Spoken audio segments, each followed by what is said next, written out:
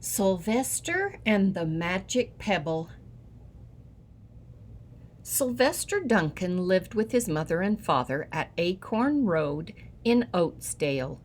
One of his hobbies was collecting pebbles of unusual shape and color.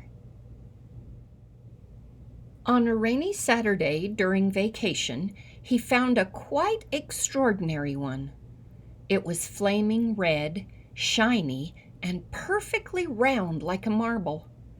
As he was studying this remarkable pebble, he began to shiver, probably from excitement, and the rain felt cold on his back. "I wish it had stopped raining," he said. To his great surprise, the rain stopped. It didn't stop gradually, as rains usually do. It ceased. The drops vanished on the way down. The clouds disappeared. Everything was dry and the sun was shining as if rain had never existed. In all his young life, Sylvester had never had a wish gratified so quickly. It struck him that magic must be at work, and he guessed that the magic must be in the remarkable-looking red pebble, where indeed it was. To make a test, he put the pebble on the ground and said, "I wish it would rain again." Nothing happened. But when he said the same thing holding the pebble in his hoof, the sky turned black, there was lightning and a clap of thunder, and the rain came shooting down. "What a lucky day this is," thought Sylvester. "From now on, I can have anything I want. My father and mother can have anything they want. My relatives, my friends, and anybody at all can have everything anybody wants." He wished the sunshine back in the sky, and he wished a wart on his left hind fetlock would disappear, and it did. And he started home, eager to amuse his father and mother with his magic pebble. He could hardly wait to see their faces. Maybe they wouldn't even believe him at first. As he was crossing Strawberry Hill, thinking of some of the many, many things he could wish for, he was startled to see a mean, hungry lion looking right at him from behind some tall grass. He was frightened. If he hadn't been so frightened, he could have made the lion disappear, or he could have wished himself safe at home with his father and mother. He could have wished the lion would turn into a butterfly, or a daisy, or a gnat. He could have wished many things, but he panicked and couldn't think carefully. "I wish I were a rock," he said, and he became a rock.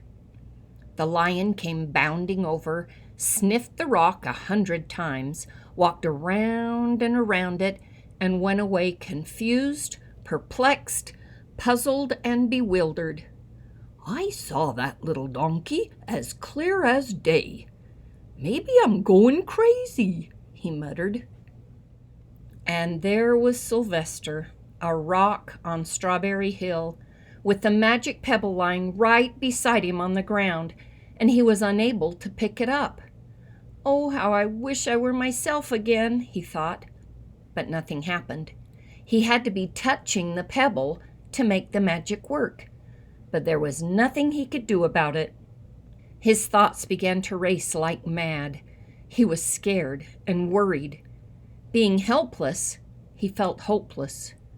He imagined all the possibilities, and eventually he realized that his only chance of becoming himself again was for someone to find the red pebble and to wish that the rock next to it would be a donkey. Someone would surely find the red pebble. It was so bright and shiny.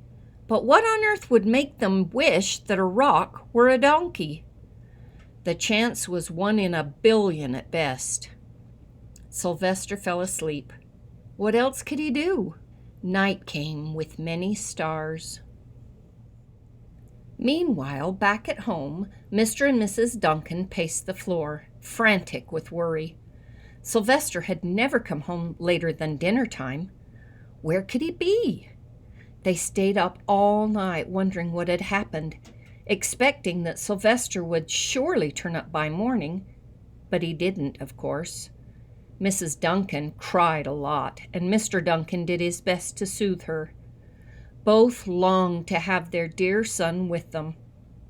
"I will never scold Sylvester again as long as I live," said Mrs. Duncan, "no matter what he does." At dawn, they went about inquiring of all the neighbors. They talked to all the children, the puppies, the kittens, the colts, the piglets. No one had seen Sylvester since the day before yesterday. They went to the police. The police could not find their child. All the dogs in Oatsdale went searching for him. They sniffed behind every rock and tree and blade of grass, into every nook and gully of the neighborhood and beyond, but found not a scent of him. They sniffed the rock on Strawberry Hill, but it smelled like a rock. It didn't smell like Sylvester. After a month of searching the same places over and over again, and inquiring of the same animals over and over again, Mr. and Mrs. Duncan no longer knew what to do.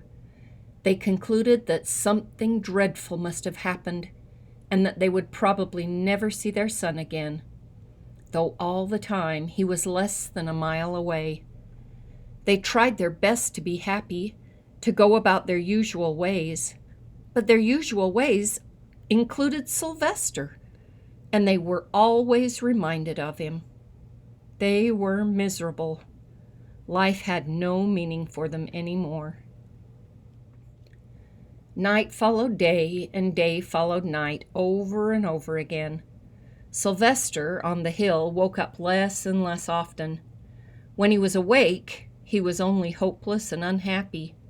He felt he would be a rock forever, and he tried to get used to it. He went into an endless sleep. The days grew colder. Fall came with the leaves changing color. Then the leaves fell, and the grass bent to the ground. Then it was winter. The winds blew this way and that. It snowed. Mostly the animals stayed indoors, living on the food they had stored up. One day a wolf sat on the rock that was Sylvester and howled because he was hungry. Then the snows melted. The earth warmed up in the spring sun, and things budded. Leaves were on the trees again. Flowers showed their young faces. One day in May, Mr. Duncan insisted that his wife go with him on a picnic. "Let's cheer up," he said. "Let's try to live again and be happy, even though Sylvester, our angel, is no longer with us." They went to Strawberry Hill. Mrs. Duncan sat down on the rock. The warmth of his own mother sitting on him woke Sylvester up from his deep winter sleep. How he wanted to shout, "Mother, Father, it's me, Sylvester, I'm right here!" But he couldn't talk. He had no voice. He was stone dumb. Mr. Duncan walked aimlessly about while Mrs. Duncan set out the picnic food on the rock: alfalfa sandwiches, pickled oats, sassafras salad, timothy compote. Suddenly Mr. Duncan saw the red pebble.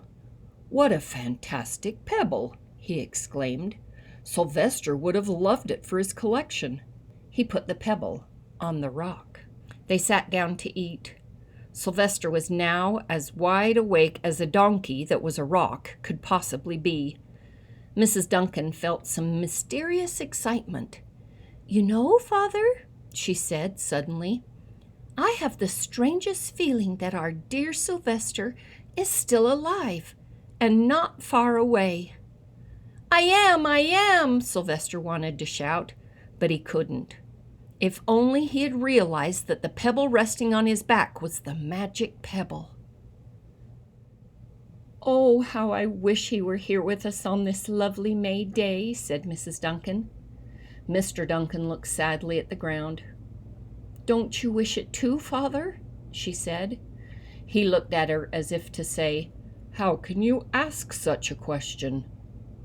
Mr. and Mrs. Duncan looked at each other with great sorrow. "I wish I were myself again. I wish I were my real self again," thought Sylvester. And in less than an instant, he was. You can imagine the scene that followed.